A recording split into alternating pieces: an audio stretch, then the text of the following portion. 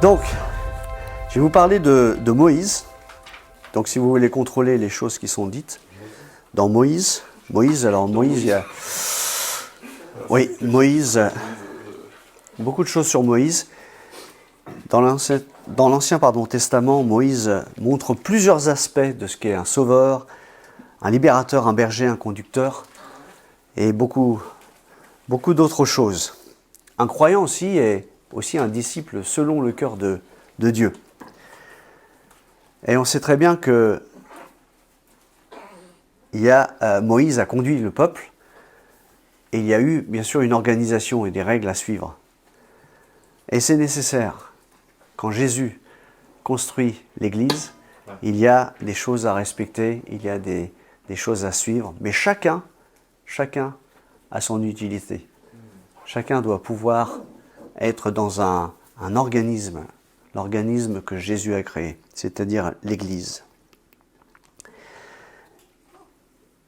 Et donc, un petit rappel, juste avant de parler de Moïse. Avant Moïse, c'était Israël, qui s'appelait Jacob.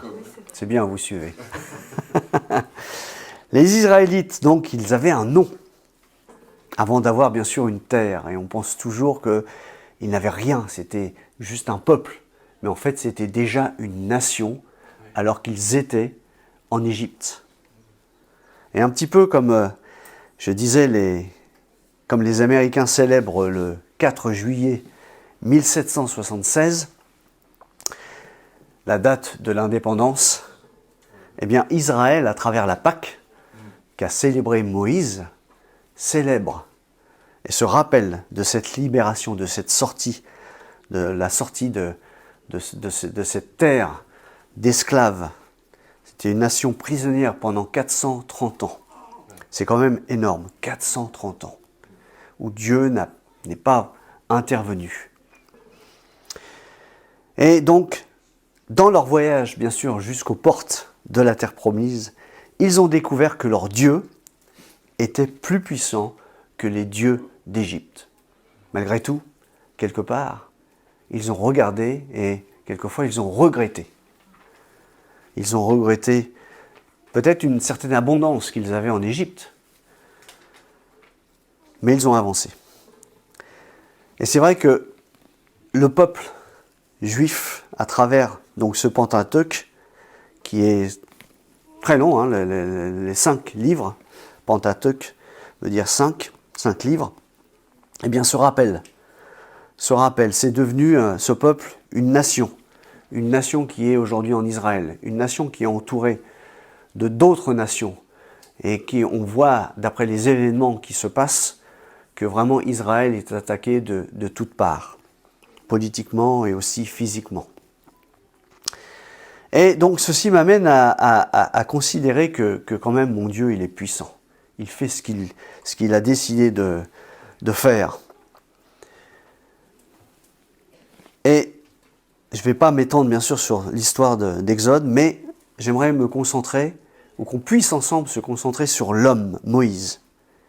C'est quelque part une préfiguration de ce qu'est Jésus, de ce qu'allait être Jésus. Mais c'est aussi un exemple pour chacun d'entre nous. Et on peut, et même dans Romains et dans d'autres écrits, mettre Moïse sur un piédestal et dire « mais wow, Moïse, il est à des millions d'années-lumière de moi, de ce que je pourrais faire ». Alors que Moïse peut être un exemple pour chacun d'entre nous. Et on va le voir ensemble. N'oublions pas que Moïse n'était pas parfait. Et on le verra aussi à la fin. Donc que savons-nous sur Moïse ? Donc, quelques points pour notre connaissance personnelle. Et c'est important d'étudier la Bible pour savoir un petit peu plus ce qu'est Moïse, et aussi pour notre croissance spirituelle. Quelques points. La première chose que j'ai étudiée, c'est qu'il était hébreu. Mais il a été adopté et a grandi dans la maison de Pharaon. Pendant qu'il était dans la maison de Pharaon, bien sûr, il n'avait pas oublié sa nature. Et nous ici, on est français et certainement d'autres j'allais dire civilisation, non, d'autres nations. Mais il ne faut surtout pas oublier notre nature première. Rappelons-nous que Dieu a soufflé dans l'homme et il a soufflé son esprit. Et l'homme, suivant dans les années, dans son parcours sur la terre, a au fur et à mesure oublié que Dieu avait soufflé en lui sa nature. Et on l'a remplacé par une autre nature, la nature pécheresse, la nature du père du mensonge. Et notre réelle nature devrait, je l'avais évoqué dans une prédication aussi, devrait être à l'image de Dieu. Mais bien sûr, pris dans le péché, notre nature a été dénaturée, aveuglé, on a été aveuglé et on a été bien sûr égaré. On s'est égaré. Mais grâce à Jésus, ce substitut final, ce sacrifice final, il nous a permis d'être pardonnés, d'être justifiés. Il nous a fait entrer dans une autre dimension, autre que celle du monde. Et à travers Jésus, nous redécouvrons notre apparence originelle. Et ça, c'est un chemin. C'est le chemin du pèlerin de découvrir. Et je pense que, quelque part, quand on arrive et qu'on s'engage dans la foi et qu'on suit ce chemin, et qu'on arrive près de la mort, qu'on prend de l'âge, on se rend compte de plus en plus que notre nature est vraiment, doit vraiment se coller avec la nature de Dieu. Le peuple était hébreu, et peut-être que certains craignaient Dieu. Ce n'est pas dit. Mais ils ne connaissaient pas l'Éternel.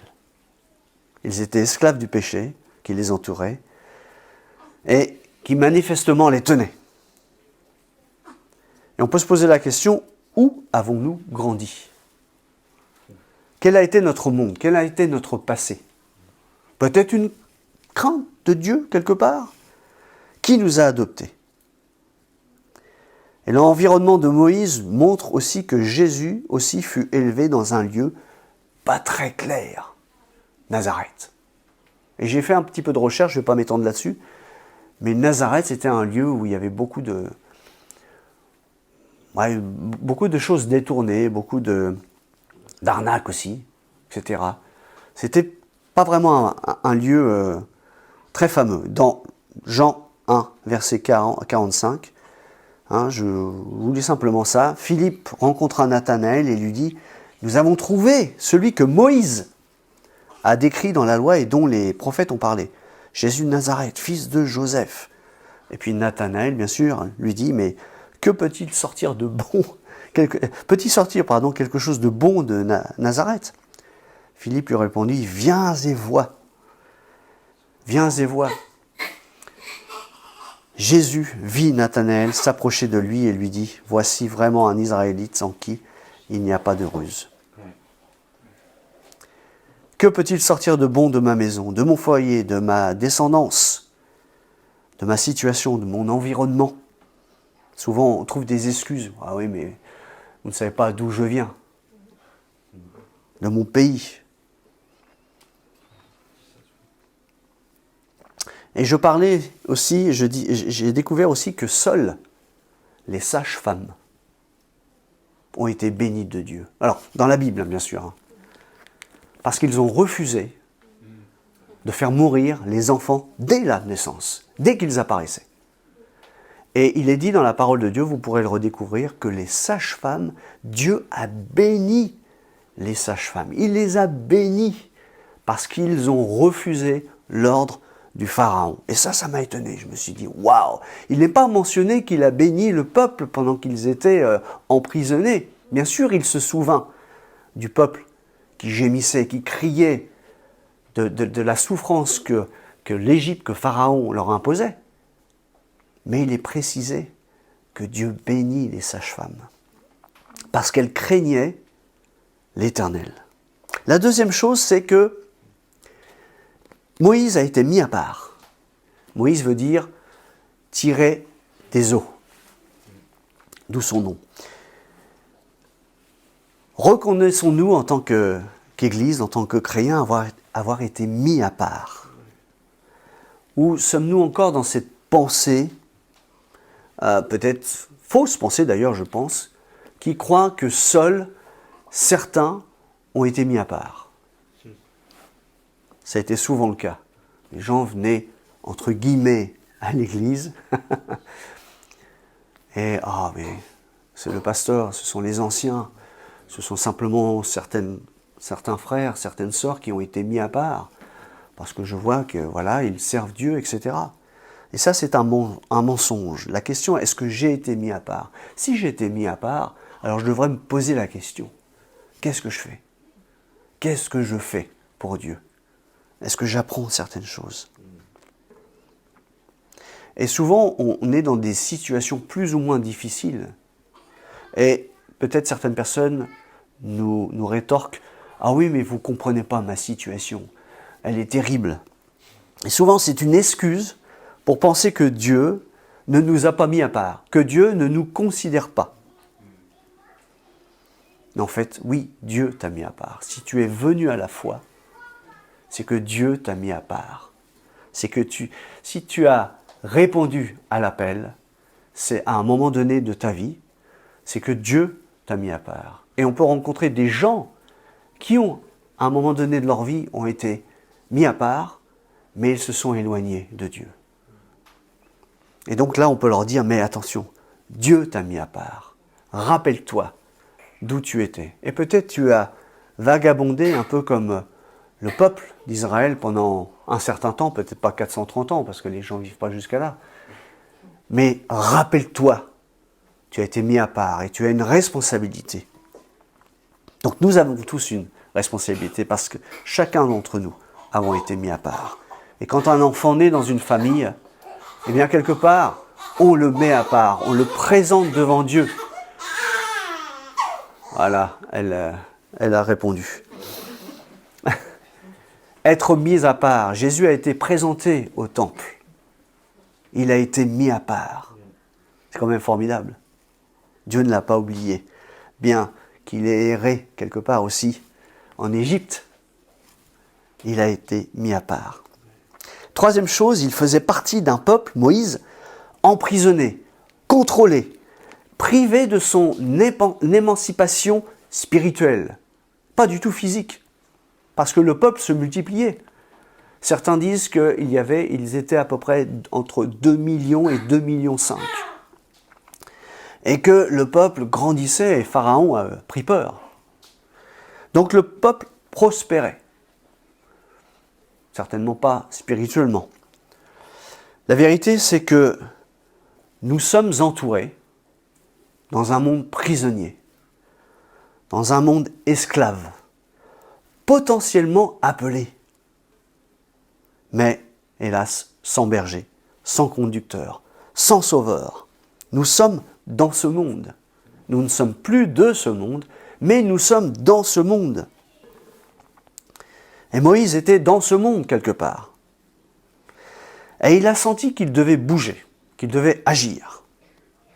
Il a vu son peuple souffrir de ses yeux, malgré qu'il était élevé dans la maison de Pharaon, certainement protégé par des gardes dans son déplacement.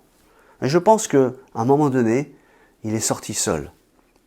D'ailleurs, vous connaissez, il est sorti à un moment donné et il a vu quelque chose qui ne lui a pas plu. Et il a agi. Ça lui a brisé le cœur de voir ce peuple souffrir. Est-ce que, la question qu'on peut se poser, est-ce que ça nous brise le cœur de voir ce peuple souffrir autour de nous, quel qu'il soit? Ça devrait nous briser le cœur. Dans tous les niveaux sociétals, des gens qui sont paumés, qui sont sans réponse, qui sont sans berger. Et donc Moïse a vu cet homme qui était maltraité et il l'a tué bien sûr. Et ensuite, il a vu 2 de ses frères qui se disputaient, qui se battaient. Et il s'est adressé à celui qui avait tort Et l'autre lui a rétorqué, « Qui t'a établi chef et juge sur nous ?» Et c'est certainement la même chose quand on parle de l'Évangile. Hein. Mais de quoi tu te mêles? Est-ce que tu es ma mère? Est-ce que tu es mon père? Hein? On a un gouvernement en France, voilà. Une fois, il y a quelqu'un qui m'a dit, mais est-ce que vous êtes... est-ce que vous avez une autorité quelconque pour me dire ce que je dois faire? Donc les gens peuvent être brutaux. Donc, ce peuple n'avait pas, du fait qu'il a répondu comme ça à Moïse, il n'avait pas de juge, il n'avait pas de conducteur, il n'avait pas vraiment de vérité, il n'avait pas de loi. La loi n'était pas encore venue, avec tout ce qu'elle comportait. Et donc, dans ce contexte, Moïse a d'abord lutté selon la chair. Selon la chair. Ce n'était pas l'Esprit de Dieu qui est venu sur lui comme Samson. Hein. Samson a tué parce que Dieu lui en a donné la possibilité. Il était plein de l'Esprit de Dieu. Mais non, pas Moïse. Il a tué cet Égyptien. Puis, avec son intelligence, encore une fois, il a essayé il s'est sauvé. Il s'est sauvé. Il a pris la fuite. Peut-être il a essayé de camoufler le truc en enterrant, parce qu'il savait qu'il avait commis quelque chose de mal. Et donc il fuit. Et il n'avait pas encore rencontré Dieu. Et la suite nous montrera qu'en suivant uniquement les ordonnances de Dieu, et ça c'est important pour nous, il fit des choses qu'il n'aurait jamais rêvé faire, des miracles. Et la Bible nous dit qu'il fit plus de miracles que n'importe quel autre après lui en fit. C'est dit d'ailleurs dans l'Ancien Testament et aussi dans le Nouveau Testament. Vous pouvez revoir la même chose. Je vous laisse découvrir pour vous. Donc, ne soyons pas vexés et frustrés, parce que si on est vexé et frustré, alors nous nous revêtons de notre vieille nature. Comme Moïse avait cette vieille nature. Il a été frustré, vexé, en colère. Il s'est mis en colère. Le plan de Dieu est de nous utiliser pour l'émancipation de son royaume. Mais ce n'est pas grave si les gens refusent. Ne soyons pas vexés. Ne nous mettons pas en colère, comme l'a fait Moïse. La quatrième chose, c'est qu'il a été prédestiné à sa naissance. Vous allez me dire, mais c'est pareil qu'être mis à part. À accomplir une des missions les plus importantes. Je me demande si nous avons cette certitude d'avoir été choisis par Dieu, prédestinés à le servir. Et toute personne née de nouveau, je parle aux chrétiens, qui ne remplit pas sa mission, doit se questionner sur sa conversion. Réellement. Être mis à part pour une autre vie, par la nouvelle naissance, et prédestiné à vivre pour Dieu et prédestiné à vivre autrement. C'est ça la conversion. Se convertir, changer. Et si notre nouvelle naissance et conversion nous conduisent toujours vers les chemins de l'Égypte, encore une fois, en arrière, vers des habitudes de l'Égypte, vers des souffrances, des priorités aussi de l'Égypte, ou autres, d'anciennes priorités, alors quelque chose ne va pas dans notre vie. Et c'est vrai que parfois on pêche, parfois on revient vers notre vieille nature et on doit dire non, stop, j'arrête. Pardonne-moi Seigneur, je veux continuer à marcher. Je ne veux pas retourner vers ma vieille Égypte. Parce que l'Égypte est mort, les Égyptiens sont morts, Pharaon est mort. Et en fait, le passage de la mer Rouge, c'est le symbole du baptême. Et quand on a traversé les eaux du baptême, les eaux se referment derrière nous. Et le péché est anéanti. Et on quitte toute cette Égypte de péché, d'esclavage. Et nous sommes rendus libres et on n'est plus esclaves du péché. Cinquième chose, Moïse, il a été porteur, transmetteur des commandements et des lois de Dieu. Et à l'écoute de la douleur de son peuple envers ses oppresseurs, Dieu a envoyé un messager. Dieu n'a pas répondu parce que le peuple lui demandait, non. Il a entendu les cris. Mais le peuple n'a pas invoqué l'Éternel. N'oublions pas ça. Mais parce qu'il criait, c'est écrit, noir sur blanc, parce qu'il criait sa souffrance devant ses oppresseurs. C'est marqué devant ses oppresseurs. Ce n'est pas marqué qu'ils ont crié à l'Éternel. Mais Dieu, dans sa bonté, dans sa miséricorde, a entendu son peuple, a entendu ses cris pendant 430 ans. Et à l'écoute de ceux qui crient leur souffrance, Dieu nous envoie porter un message, non seulement d'espérance, mais de salut. Et le salut, le message du salut, il est très clair. Croire ou périr. Jean 3,16 est très clair. Jean 3,16, qui peut me le réciter ?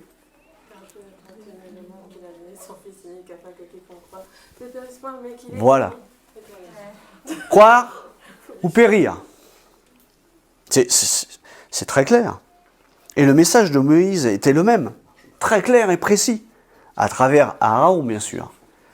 Moïse, loin de Dieu, et Aaron, le messager. Bien que Moïse aussi, apparemment, quelquefois parlait. Donc le message était terrifiant. Quelle est la nature de notre message quand nous abordons quelqu'un ? Est-ce que notre message est maquillé ? Est-ce qu'il est un peu tiède ? Est-ce qu'il est incomplet ? Il y a beaucoup de prédicateurs qui évitent de mettre la perdition, voilà. Crois en Jésus et ta vie, ça va être parfaite. Voilà. Non. Il doit être clair. Le sixième point, c'est que Moïse était le seul à être l'intermédiaire de Dieu envers le peuple. Avant les offrandes, bien sûr, et les prêtres et du tabernacle, etc. Pour sortir le peuple d'Égypte. Et nous, quelquefois dans certaines situations, Dieu nous choisira pour être le seul, la seule intermédiaire entre les personnes et Dieu. Le messager, je parle, parce que Jésus, bien sûr, est l'intermédiaire. Si quelqu'un crie, on a un ami qui a fait de la prison en Angleterre et il allait se pendre, et il y avait une Bible Gédéon, et il a crié à Dieu. Bien sûr, Jésus lui a répondu. Et il a été sauvé aujourd'hui, il est pasteur. Il était d'abord un évangéliste, pasteur. Il a été prêché l'évangile ensuite dans les prisons. Et donc, nous avons cette responsabilité en tant que messagers. Alors peut-être qu'il y en a qui diront « Ah oui, mais ça c'est le travail des évangélistes. »« Ah oui, mais moi j'ai pas reçu ça. Je suis pas évangéliste. » Mais oui, chacun, nous sommes tous quelque part. Nous devons apporter ce message du salut. Quel message apportons-nous aux autres ? Soyons des bergers. Et aussi des bergers de nos frères et de nos sœurs dans l'Église, quand on voit que quelque chose ne va pas. Alors pas avec notre propre chair, attention, comme Moïse, régler les comptes, tac, tac, et on casse, et on blesse la personne. Non. Avant d'aller voir quelqu'un, je pense, il faut se mettre en prière. Il faut lire sa Bible, l'ouvrir, la comprendre. Seigneur, c'est une situation qui est difficile, mais je dois aller voir cette personne. Et là, on a une autre attitude quand on consulte Dieu. Quand on ne consulte pas, eh bien c'est la chair qui va et qui taille. Peut-être elle dit des vérités, mais elle taille et elle casse. Le message est le même, le message est foudroyant, mais la façon de l'apporter aussi avec amour doit être aussi là. Septième chose, Moïse a accompli des miracles avec l'ordre de Dieu.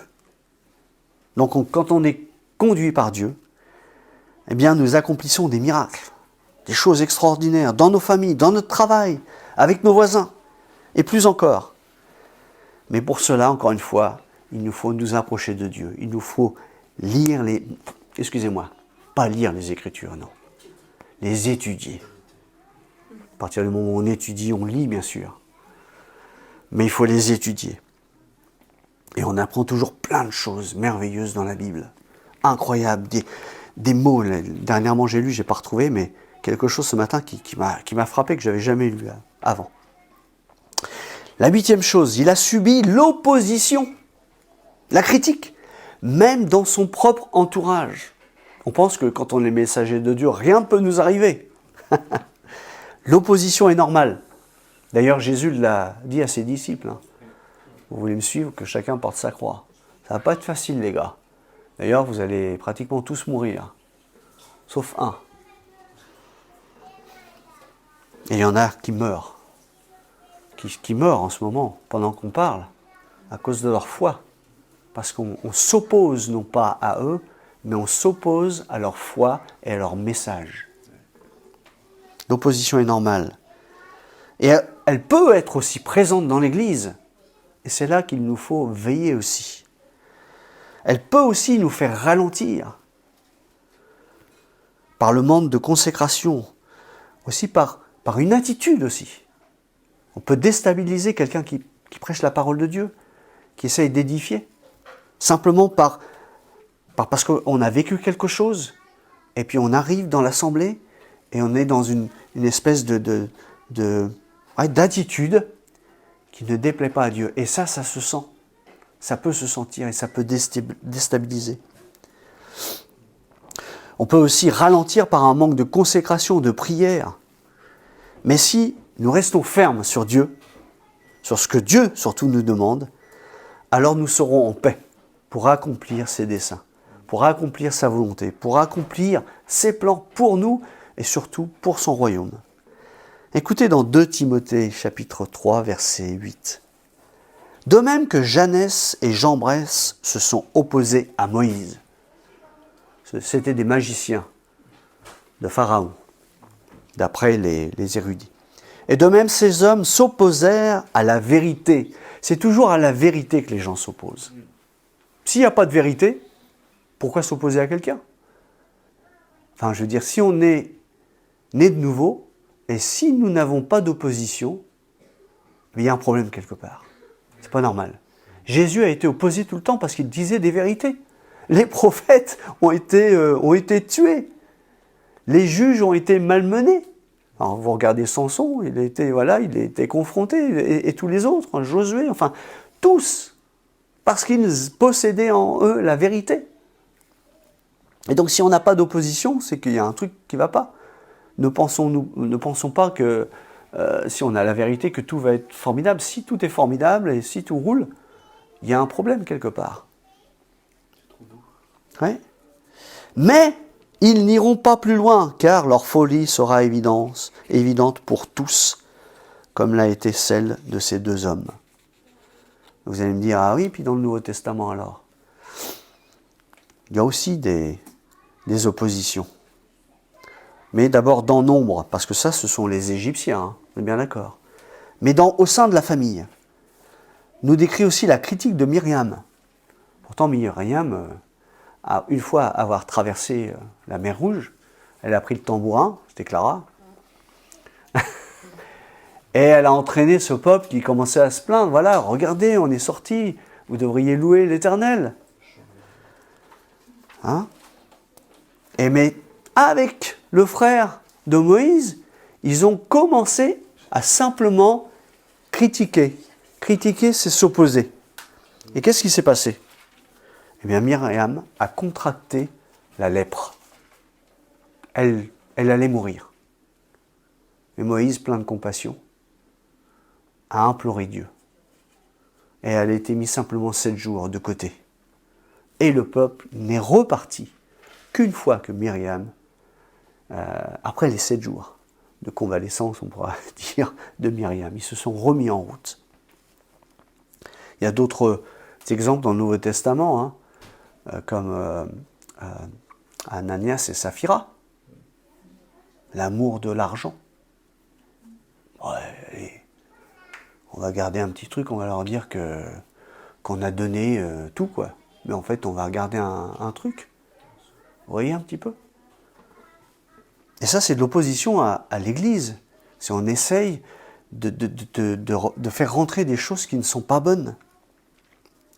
Faisons attention de ne pas commettre le péché qui pourrait ralentir certains. Soyons aussi sur nos gardes et n'attisons pas la colère de Dieu sur nous.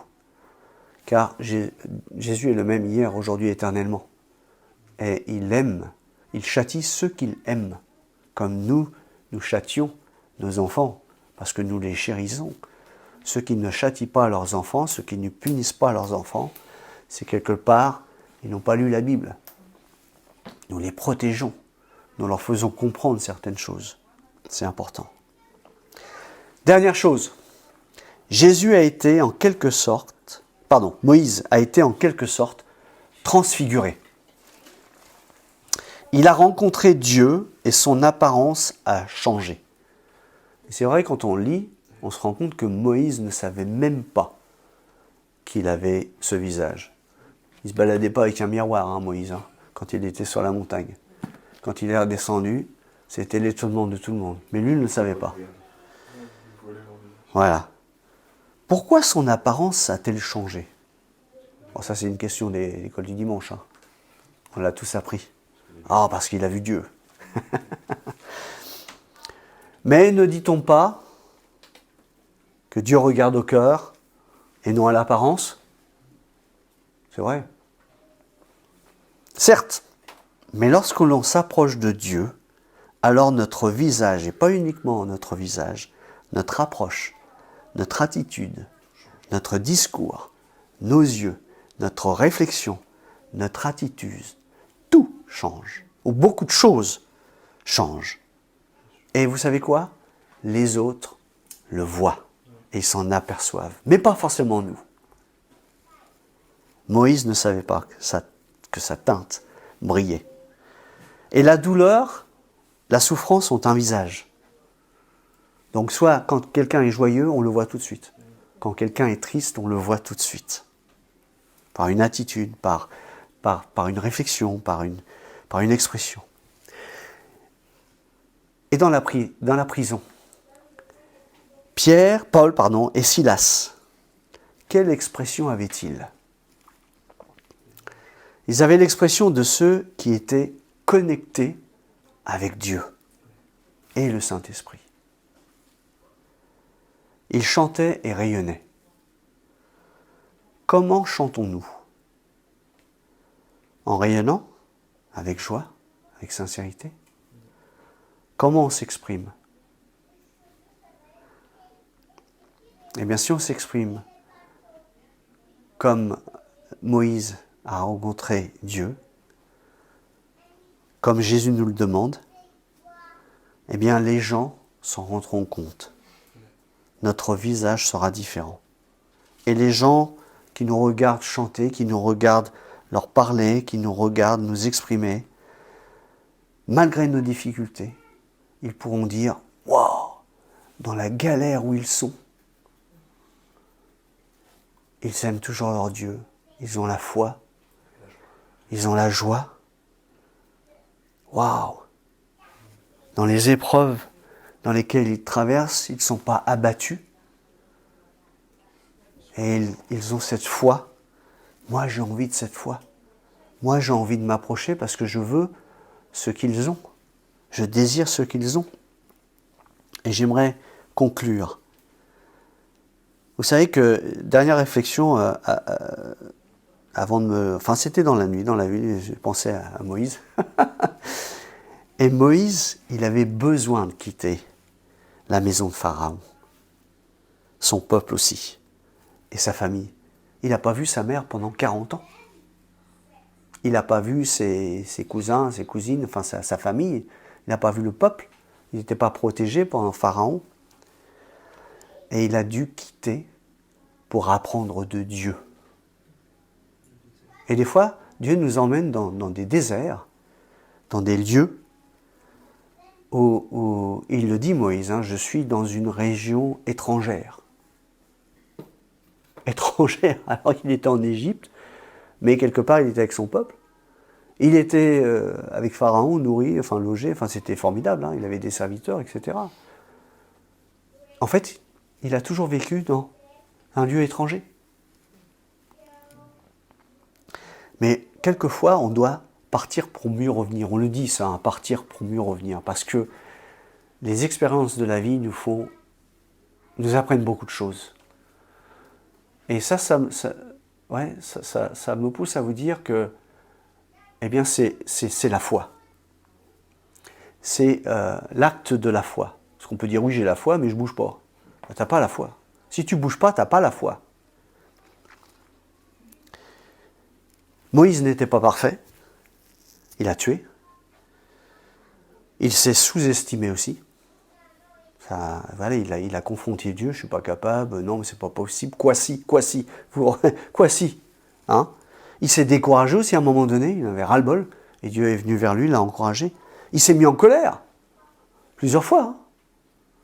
La première fois, c'était vraiment la chair. Mais aussi, vers la fin de son périple, il s'est vraiment mis en colère, en frappant le rocher. Dieu, là, l'a pas loupé, parce que c'était devant le peuple. C'était pas lui tout seul. Mais, c'est par la foi, dans Hébreux 11, verset 23, qu'il fit telle ou telle chose. Gardons cette foi, mais mettons-la en action, dans les petits détails de la vie. Ah oui, j'ai la foi en Dieu, mais j'ai pas envie de faire ça, parce que ça me paraît compliqué. Eh non. Compliqué. De toute façon, il n'y a rien de compliqué. Vous savez quoi ? Sans la foi, il est impossible de plaire à Dieu. C'est pas... sans la foi, c'est difficile de plaire à Dieu. Non, c'est impossible de plaire à Dieu. Nous sommes des Moïse potentiels. Nous sommes des Moïse. Si Moïse est décrit dans le Nouveau Testament, c'est que c'est un encouragement pour chacun d'entre nous. Sinon, il ne l'aurait pas mis. Sinon, il n'aurait pas fait référence.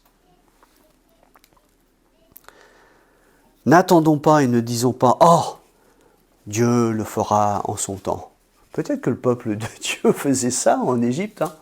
Ah, Dieu, il le fera quand il le voudra.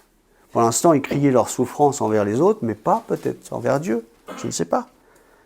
Et quelquefois, on peut rester longtemps dans une situation et s'enterrer jusqu'à ce qu'à un moment donné, on crie ou que quelqu'un vienne vers nous et nous dise « Allez, bouge-toi les fesses. Bouge-toi les fesses, c'est maintenant qu'il faut que tu agisses. Arrête, t'es resté trop longtemps dans ton Égypte, là. Arrête un petit peu. Tu n'as qu'une vie sur terre. Après, c'est l'éternité, mais n'oublie pas qu'on sera tous on sera face au jugement de Dieu. Notre monde est emprisonné, certains membres de nos familles aussi le sont. Nous devons agir. C'est que dans Matthieu 10, verset 34, Jésus apporte la division, il le dit dans les familles. Et pourquoi il apporte la division ? Parce que le message, il a été foudroyant. Il a été tranchant. L'épée est à 2 tranchants. Voilà ce que la parole dit. Je me soumets à Dieu et je coupe, bien sûr, avec la parole de Dieu, avec tendresse. C'est arrivé à mon beau-père. Mon beau-père qui a rencontré Jésus. Il était très jeune. Et un jour qu'il revenait chez lui, dans sa maison, avec ses frères, sa sœur, sa mère, son père, qui était chrétien mais qui souffrait la personnalité de sa mère. Et quand il est arrivé, il y avait 2 valises de prêtres. Et ils lui ont dit, c'est toi, c'est nous ou c'est ton Dieu ? Et il a pris les valises et il est parti. Alors bien sûr, il pleurait dans la rue. Mais Dieu lui a parlé. Et bien ça, si c'est pas dur. Donc n'ayons pas peur. Parce que Dieu nous justifiera. Dieu sera avec nous. Dieu est notre rocher. Maintenant, pour nous qui sommes passés au travers de la mer Rouge, quel genre d'hommes et de femmes sommes-nous? Est-ce qu'on veut imiter Moïse? Alors attention, pas dans exactement tout ce qu'il a fait, hein. Mais dans notre monde, dans nos situations, dans notre travail, est-ce qu'on désire avancer et dire oui, c'est par la foi. Un petit truc, mais c'est par la foi. Et je vais conquérir jusqu'à la terre promise. Voilà, que le Seigneur nous bénisse en tant qu'Église, et qu'on puisse avancer par des actes de foi. Amen.